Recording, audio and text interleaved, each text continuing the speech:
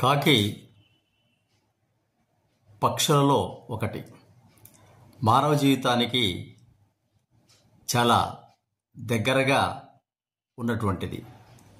దీని యొక్క ప్రాధాన్యాన్ని గుర్తించి తెనాలి రామకృష్ణుడు తమ కావ్యంలో యమరాడ్ధూత శిఖావతంసము బలిప్రాణంబు అంటూ ఒక చక్కని పద్యం రాశాడు.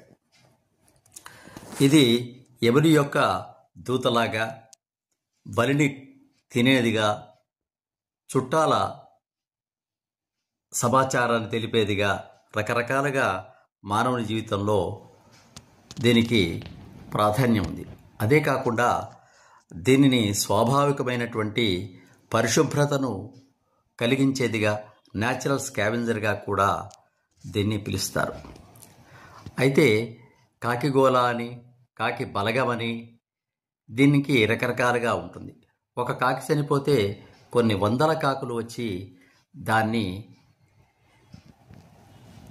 చుట్టూ చేరి అరుస్తూ ఉంటాయి. అందుకోసమే ఎక్కువ బంధువులు ఉన్న వాళ్ళను కాకి బలగంగా కూడా అంటారు. అయితే ఏదైనా ఆహారం ఎండబెట్టినప్పుడు కానీ, ఆహారం బయట పెట్టినప్పుడు కానీ కాకులు వచ్చి తినిపోతుంటే మనుషులు కాకులను వెళ్ళగొట్టే ప్రయత్నం చేస్తారు. కానీ ఎవరైనా చనిపోయినప్పుడు ఆ పిండాలు పెట్టినప్పుడు కాకి వచ్చి వాలకపోతే, ఆ పిండాలను తినకపోతే, అయ్యో వాడి యొక్క మనస్సులో ఉన్నటువంటి కోరికలు తీరలేదని, లేక ఆ చనిపోయిన వ్యక్తికి ఇంకా ఏవో బాధలు, కష్టాలు ఈ కుటుంబానికి సంబంధించి ఉన్నాయని అందరూ వాపోతుంటారు. అక్కడ చేరి కుటుంబంలోని వ్యక్తులంతా కూడా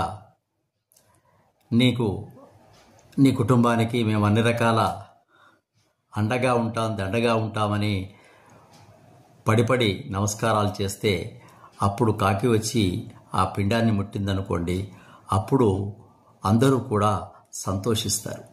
అంటే మనుషులు తమ అవసరం తీరడం కోసం ఎవరినైనా ప్రార్థిస్తారు.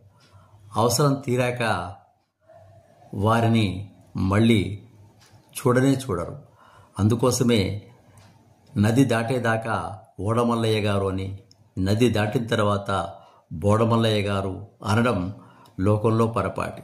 అది కాకి విషయంలో కూడా జరుగుతుందని పాపం ఈ కాకి అనుకుంటుందని ఒక చక్కని వ్యాఖ్యను మనకు అందించారు. కాబట్టి కాకి మన జీవితంలో ఒక భాగం.